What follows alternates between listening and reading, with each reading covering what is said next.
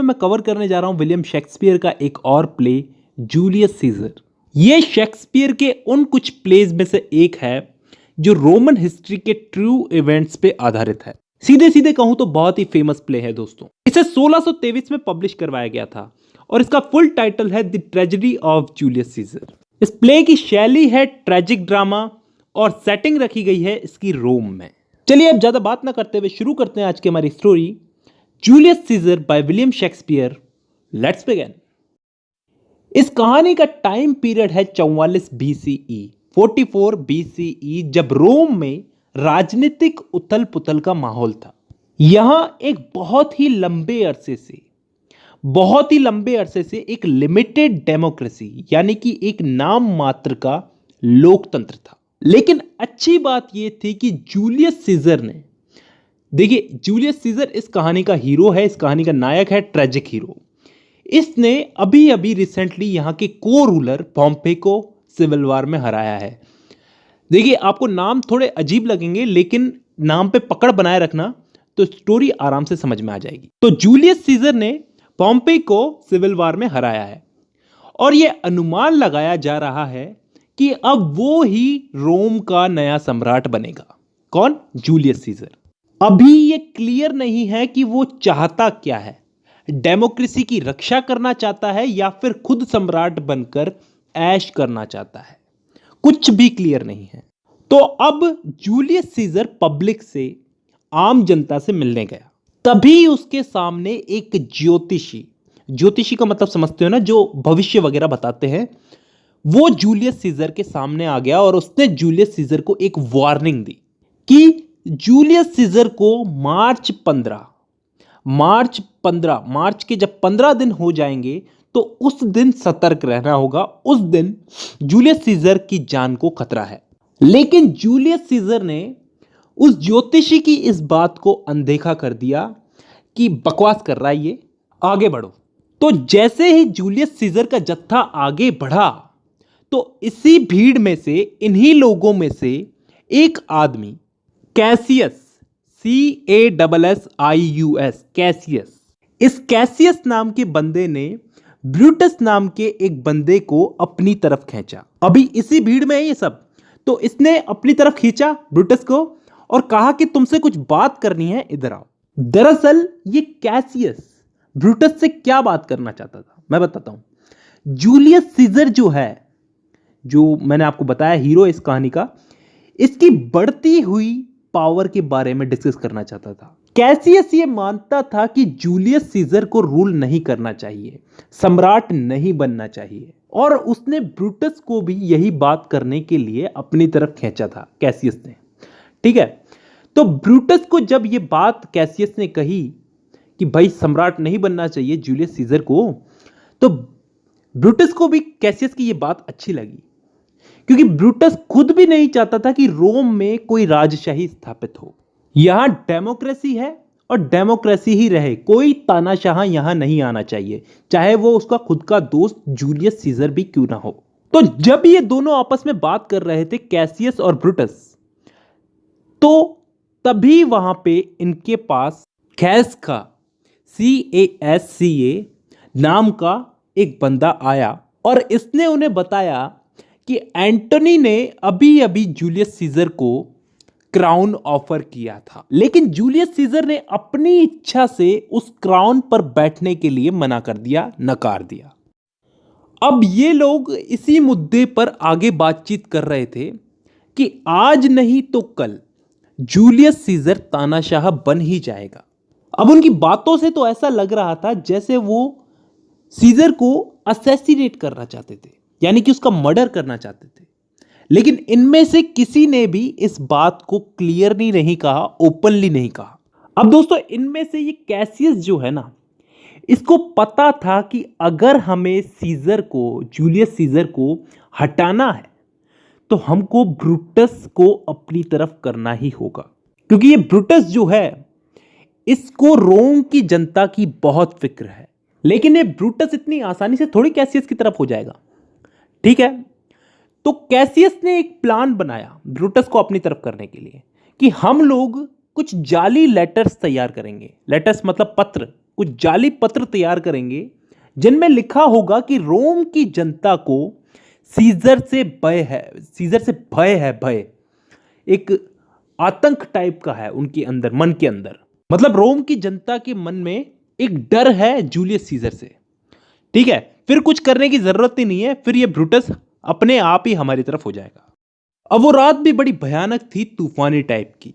Cassius और कैस्का, इन दोनों ने उन लोगों की टीम बना ली थी जो भी जूलियस सीजर के विरोध में थे, और ये दोनों उस टीम को लेकर के, उस पूरी टीम को लेकर के ब्रूटस के घर में गए, ब्रूटस को कन्विंस करने के लिए, उसे मनाने के लिए कि ब्रूटस तुम हमारी तरफ हो लो। कुछ नहीं रखा। वहां ब्रूटस को पूरी रात नींद नहीं आ पा रही थी। वो इस डर में सो नहीं पाया पूरी रात कि सीजर, जूलियस सीजर क्या बनेगा, डेमोक्रेसी का रक्षक या फिर एक तानाशाह। अब इसके पता नहीं क्या दिमाग में आए, इसके कैसियस के लेटर्स का क्या इस पे असर पड़ा कि इसने भी तय कर लिया कि सीजर को अब मरना ही होगा। तो अब ब्रूटस भी इन सब के साथ हो लिया, और इन सब ने तय कर लिया था कि कल सुबह जब सीजर कैपिटल में एंटर करेगा तो हम उसे मार देंगे। ये कैसियस तो एंटनी को भी मारना चाहता था। ये एंटनी इंपॉर्टेंट कैरेक्टर्स में से एक है दोस्तों।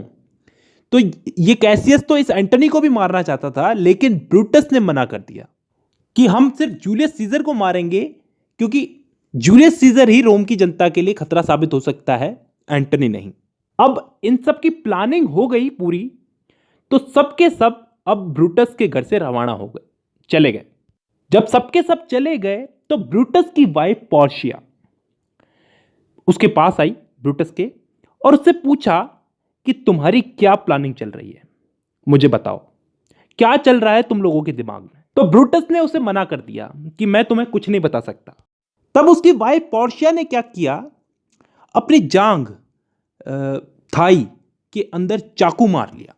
यह चीज को प्रूव करने के लिए कि तुम मुझ पर भरोसा रखो, मैं तुम्हारी प्लानिंग को सीक्रेट ही रखूंगी, मैं तुम्हारी वाइफ हूं, थोड़ा भरोसा रखो। तब ब्रूटस क्या है, एग्री हो गया और उसने उसे सब कुछ बता दिया। ठीक है, तो यहां तक कहानी क्लियर है, आई होप। ठीक है, तो अब आगे बढ़ते हैं। अब अगली सुबह हुई, जूलियस सीजर को मारने की प्लानिंग तो हो चुकी है रात में ही। तो जूलियस सीजर की वाइफ है, उसने जूलियस सीजर से रिक्वेस्ट की कि आज के दिन आप बाहर मत जाइए, क्योंकि मैंने कुछ बुरे सपने देखे हैं। आज के दिन आपकी जान को खतरा है, आज के दिन आपकी जान को खतरा है, तो प्लीज मेरे लिए आज आप बाहर मत जाइए। तो सीजर उसकी ये बात सुनकर के हंसने लगता है और उससे कहता है कि तुम फालतू की चिंता कर रही हो, ऐसा कुछ नहीं होगा। तो सीजर की वाइफ क्या करती है, अपने घुटनों पर गिर जाती है और उससे एक तरह से भीख सी मांगती है और कहती है कि आज के दिन मेरे लिए आज के दिन बाहर मत जाओ। तो वो मान जाता है, क्या करे बेचारा, तो वो मान जाता है। तभी वहां पे डिशियस नाम का एक बंदा आता है। ये उन लोगों में से एक है जो सीजर को मारना चाहता है।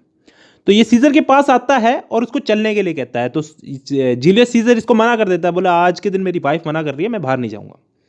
तो वो उसको कन्विंस कर लेता है, पता है क्या कह के, कि जनाब सीनेट के सदस्य आप पर हंसेंगे कि आप अपनी पत्नी की बात सुनकर के कायरों की तरह घर में बैठे हुए हो, तो चलो जनाब मर्द बनो, मर्दों के बीच में आओ। तो सीजर के अंदर का मर्द जाग गया और वो उसके साथ चल दिया।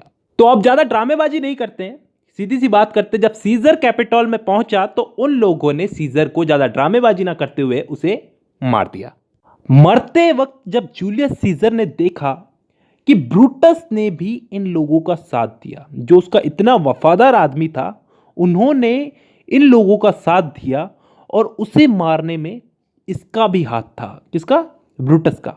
तो जूलियस सीजर को बड़ा दुख हुआ और मरते वक्त उसने ये शब्द कहे, एट टू ब्रूटे, और इतना कहते ही वो मर गया। उसके मरते ही सब लोग पैनिक हो गए।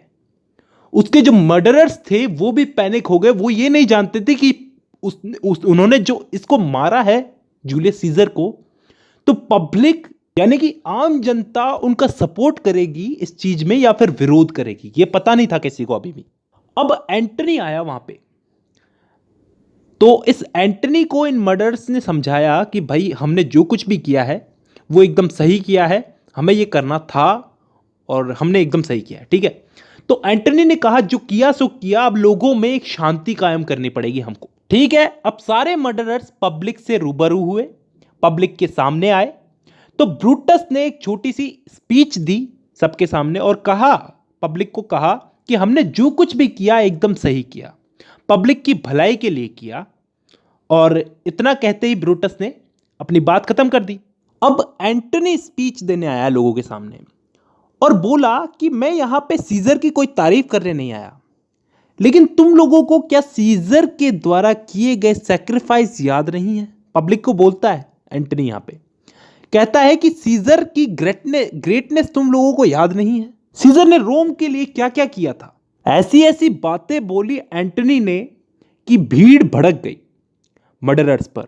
अब कैसियस और ब्रूटस को खतरा महसूस हुआ और वो दोनों मौका देखते ही वहां से भाग गए। अब दोस्तों यहां पे एक लड़ाई और चालू हो गई, जिसमें एक तरफ थे एंटनी और सीजर का नेफ्यू ऑक्टेवियस। इन दोनों एंटनी और ऑक्टेवियस ने कैसियस और ब्रूटस के खिलाफ जंग छेड़ दी। अब ब्रूटस और कैसियस के बीच में भी आर्ग्यूमेंट होने लग गए थे।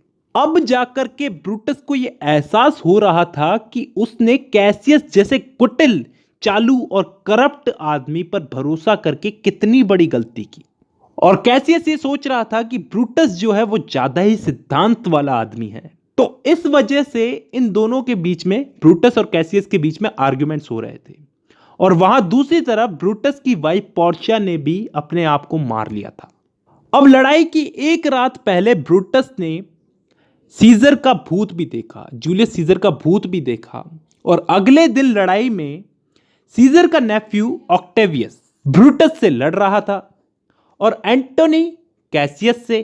अब जब इस कैसियस को लगा कि इसके सारे साथी मर चुके हैं, तो इसने पकड़े जाने के डर से खुद को मार लिया। ब्रूटस की भी आर्मी हार गई थी और उसने भी पकड़े जाने के डर से सुसाइड कर ली। और इस कहानी की एंडिंग कुछ इस तरह से हुई कि एंटनी ने ब्रूटस की बॉडी पर आकर के उसकी तारीफ की, क्योंकि ये ब्रूटस उन मर्डरर्स में एकमात्र बंदा था जिसने जूलियस सीजर को अपने पर्सनल इंटरेस्ट के लिए नहीं मारा था। इसे रोम की जनता की परवाह थी।